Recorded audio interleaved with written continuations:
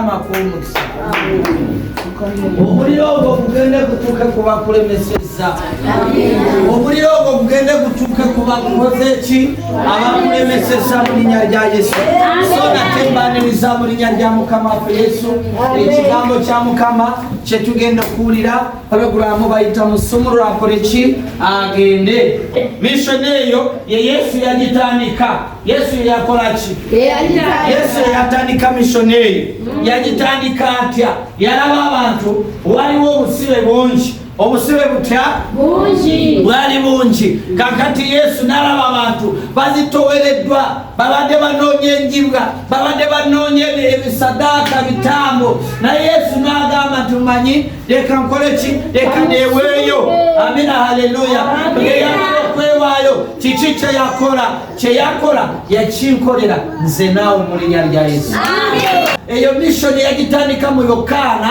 11:43 Yesu gwe yatandika ekirowoozo ekyo kyakole ki kyamusumulula agende anaabadde afudde anaabadde asimiddwa yenze naawe amina haleluya be babadde basimiddwa naye nga Yesu amina haleluya amina haleluya Yokaana 11 leka tusome ekigambo ekyo mu linnya lya Yesu omuntu ogugamba nti Lazaro azuukibwa akola ki amina haleluya gamba ti James kulamba oba teekamu erinnya lyo nawe olwaliro oteeka okuzuukibwa mu linnya lya Yesu amina haleluya ebyafa bizuukire obulamu bw'obutema buzuukire mu linnya lya Yesu agala tutandikire wano ku lunyiriri Rwanda ngo Yesu n'amugamba nti sikugambye nti bw'onookkiriza onaalaba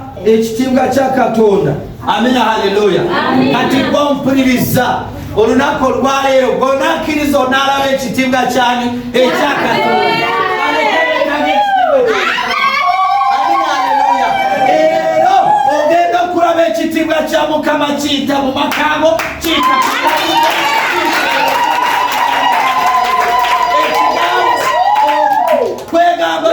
ekintu Mukama kyakwetagisa okukkiriza Yesu olunaku olwaleero ogenda kulaba ekitiibwa kya Katonda amina haleluya ana mu 2 Bayibuli etugambye ngo nange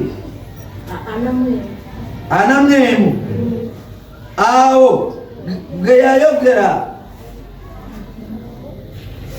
ge yajjawo ejjinja Yesu n'ayimusa amaaso waggulu n'ayogera nti Kitange kwebaza kubanga wampulira nange ng'ompulira nga bulijjo naye njogedde ku lw'ekibiina ekinene kineetoolodde bakkirizenga gwe wantuma ge yamala okwogera bw'atyo n'ayogerera waggulu n'eddoboozi ddene nti Lazaro fuluma ojje Lazaro kola ki fuluma ojje Lazaro kola ki fuluma ojje kola ki akemukola ki Yesu ayogedde naawe agenda kufulumya ojje wateekebwa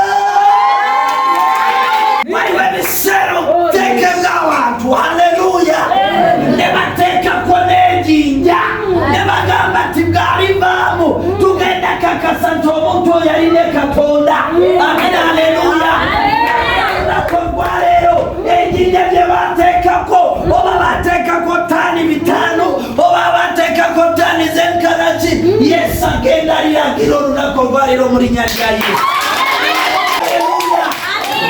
njogere katono ku jjinja erikuli ku mutwe njogere ku jjinja amina haleluya waliwo ejjinja ly'ekika ebyekika ne bijja ne bikutuulira ne bikufuukira nga ki ng'ejjinja naye olunaku olwaleero nga bwe Yesu yayite wa Lazaro ayise ku jjinja eryo agenda kuliragira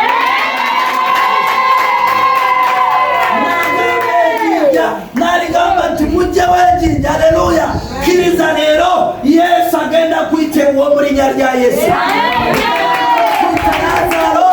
yayita Lazaro n'agamba nti Lazaro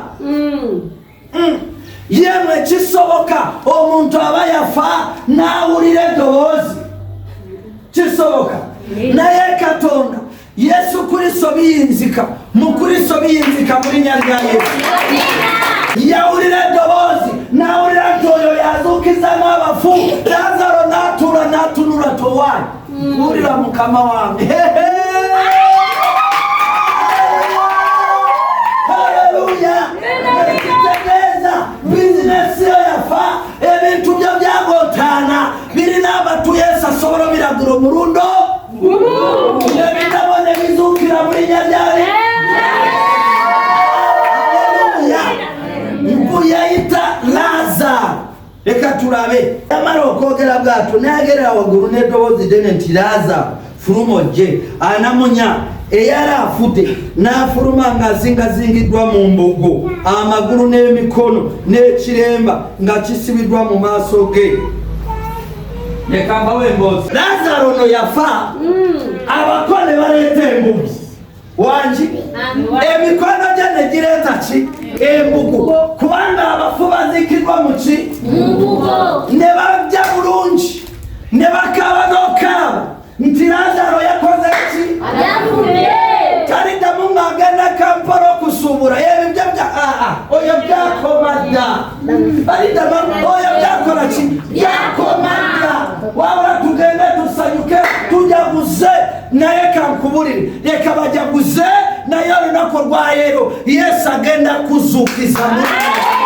oli wano Yesu agenda kuyita erinnya lyo olwaleero Yesu agenda kuyita erinnya lyo olwaleero Yesu agenda kuyita kimu kyona kyolaba ng'ekyakola ki ng'ekyafa amina aleluya bakugulire ki Yesu bwe yayita Lazaro n'awulira nti erinnya lya mukama we amina aleluya ebyo byolaba ng'ebizibu bimanye eddoboozi lya taata wange gye bayita Yesu Kristo sooka batanateeka kwejinja basima entaana kubanga omuntu abadde akoze eki kubanga omuntu abadde akoze eki basima entaana n'abo waliwo gye basima amina aleluya ne bagula n'embugu ne bagamba oyo gwe mulaba alifatazeemu kufuna ki obulamu amina aleluya tagenda kuzaala tagenda kuweeka tagenda kuwona endwadde ezo naye bangulize ye Katonda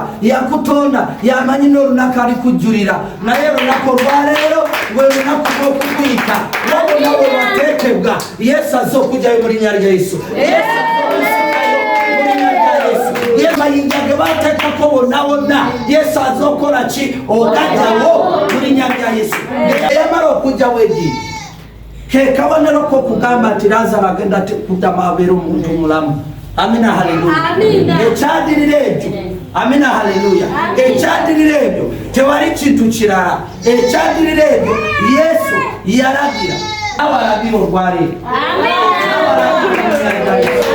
n'abalagire mu linnya lya Yesu n'abalagire mu linnya lya Yesu oliyeyo Yesu alagire ibuzo Yesu alagire okolera Yesu alagire wasiba Yesu alagire omuja Yesu alagire ate mulizalagira tosigala nga bwe yakusanga Yesu alagidde abadde yaziikibwa ye mulowooza nti abamu okuziikibwa basooka ne basima entaana waliwo omuntu akuziika eyo ku lusozi n'agamba nti gwe nkusibye nga metulere tasobola osisinkana etasobola okolaki okugatta n'eki n'ekitwe kyayo nkusibye olibawo njogedde nze akusibye omwana avudde Tanzania onzanyirako amina aleluya era ekyamazima baavuddeyo n'entogo bali muwadde n'asima entaana eyo ku lusozi n'asima entaana eyo gy'osula n'asima entaana eyo gy'ozaalibwa ne bamugamba genda amina haleluya amina haleluya okimanyi waliwo abantu bakulya akagere ku kagere mpaka babadde basima naye nkulayirira amazima ga Mukama olunaku olwaleero Yesu alagidde ngo basumulwe santuge ng'okusumululwa okole ki ogende amina haleluya ate ganyogereko kino leka nkubulire abantu abasinga nga bwe mubimanyi osobola okuleeta enkoko n'ogiteeka wano ogisibye ebigere ogituuse Kampala n'ogijja kwemiguwa n'ogisula ng'egende kugenda ne biganda wakubeemanyi tekyaliko ki emiguwa. Mukwano gwange tokyali musibe kati Mukama Katonda alagire naawe odde mubeere mulungi. Erinnya lya Mukama afaani Yesu n'alagira. Haleluya. Yesu n'akola ki? Yesu n'akola ki? Bameka baagala Yesu alagire mu bintu byabwe akutandikirewo leero mu linnya lya Lazaro n'asumululwa n'akola ki? N'asumululwa n'akola ki? Naawe bw'oti ogenda kutambula mu linnya lya Yesu.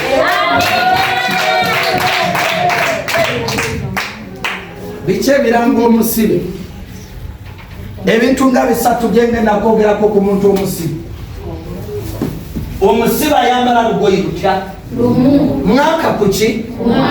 Mwaka kuki? Ayambala lugoye luki?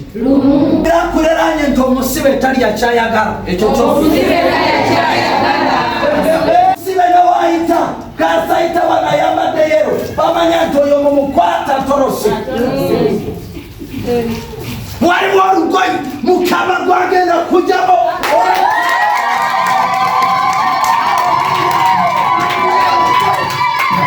Oludemu ensi yonna ekimanyi oyita baagala kufunza gwa lugoye olwo. Teri musibe asobola otoroka. Baba bamulaba ne bwogezaako okutoroka bakukwata. Waliwo abaagenti ba Sataani emirimu gyabwe gya kukufunza. Naye olunaku lwa leero Yesu ayagala okujjamu olwo olugoye lw'obusibe leero mu linnya lya Yesu. Kama feebaza teri musibe alya kyayagala. Njogedde bubi? Abasibe basobola okulya egundi kyacu omwaka ku mwaka.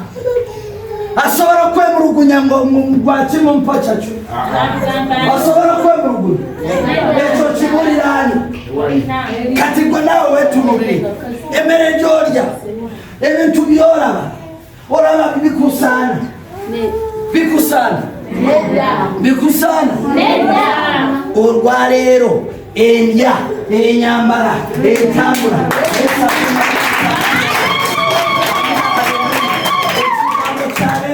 kyabunabikulamugo kkiriza Mukama olunaku olwaleero agenda kujjamu olwo olugoye lw'obusibe buli woyika. Amen. Aleluya. Ekyokusatu teyeesalirawo kugenda kutooya migo wangi. Amen. Aleluya. Buli kimu kyonna kibeera mbirigo. Naye olunaku olwaleero gw'ompuliriza gw'ondaba ssaawa ya leero njagala nkubulire nti ekintu ky'obusibe kikomye ku bulamu bwo mu linnya lya Amen. Aleluya. Amen. Aleluya. Amen. Aleluya. Ate waliwo abasibibwa ku bwereere batalina kye bategedde. Yesu yeebazibwe. Nti lwaki gundi bamukubye oli wano oli muliraanwawe tewajja okutegeera nti ne bamukubidde ki. Kumbe naawe wazukuse n'osanga bamutidde awo nena ne babayoola. Leka nkubulire olwaleero wayambala yero otakigenderedde naye waliwo omusajja azze okwetegereza bulungi. Ezekeeri 21. Ezekeeri ova ku mu Ezekeeri 21. Bayibuli etugambye etya? Ezekeeri 21:27. Ulira Bayibuli bwegamba ndikivunika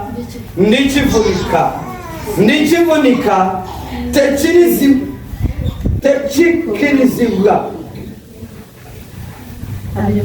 nziramu. Ndikivunika tekirizibwawo okutuusa nyini kyo lw'alijja era ndikimuwa. Amen. Kansiremu ndikivunika tekirizibwawo okutuusa nyinicho lw'alijja era ndikimuwa. Amen. Yesu maze okola kivunika. Ekigambo kye bayita okuvunika okimanyi.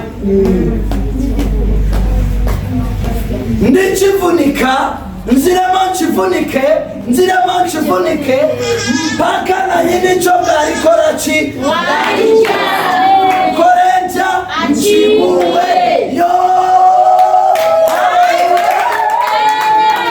Yesu abivunise rero arinze nanyini yani yenze nawe azokikuwa mu linnya rya Yesu. Akurinze ngakikuwe mu linnya rya Mukama wafani Yesu. Bikizavunika kama yebazibwe ngomara okusumururwa newankubadde waliwo ebyakolebwa newankubadde waliwo ebibi byabawo na Yesu ayogedde nawe ng'alikivunika teri muntu anaakitwala kirinze oba kikumye nanyini kyo ekyamagero ky'olwaleero Yesu akikuwadde ogenda kitwala.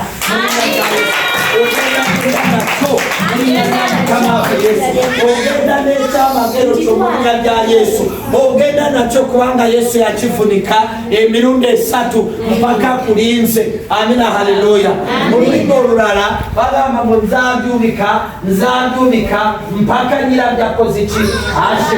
Amina, haleluya. Leka Yesu abivunike mu linnya lya Yesu. Yesu akole ki? Abivunike. Olwaleero Yesu akole ki? Amabanja agakole ki? Ebada Yesu azikole ki? Azivunike. Olinnya Mukama wafani. Amina, haleluya. Ebyo byonna by'olaba ng'ebizibu Yesu azokubimalawo. Olwaleero akulinze n'ekyamagero kyo ng'akikuwe mu linnya lya Yesu. Mbeera zitadde olwaleero ogenda kitwala ekyo ky'olaba ng'ekyamagero ekibadde kyabula ekyo ky'obadde olaba kijja naye kyekweka olunaku olwaleero mu linnya lya Mukama waffe Yesu. Wabeerewo enjawulo, wabeerewo eki? Yesu ayogedde nti ndikivunika mpaka nanyini kyo bw'alijja nkole ki? Haleluya. Waliwo ebintu bye mumaze ebbanga bye musabira Yesu azobivunika. Yabivunise akulinze ng'abikuwe mu linnya lya Yesu. Akulinze ng'abikuwe mu linnya lya Yesu. Akulinze ng'abikuwe mu linnya lya Yesu. Akulinze ng'abikuwe mu linnya lya Yesu. Y'ebiki by'olimu musaba omwezi guno Yesu olwaleero agenda bikuwa. Olwaleero agenda kukola bulungi mu linnya lya Mukama. Haleluya. Amina, haleluya. Ebyo by'omaze ebbanga ddene osabira Yesu agenda bikuwa kubanga asobola buli kimu kyonna mu linnya lya Mukama wafani Yesu. Yalagira ejjinja lyali ku musajja ne balimuggyako. Olwaleero naawe azokulagira mu linnya lya Mukama waffe Yesu. Amina, haleluya. Azokulagira mu linnya lya Mukama waffe Yesu. Yesu azokulagira ebyo bibadde ng'ejjinja bive ku bulamu bwo mu linnya lya Mukama waffe Yesu. Yimirira ku bigere byo.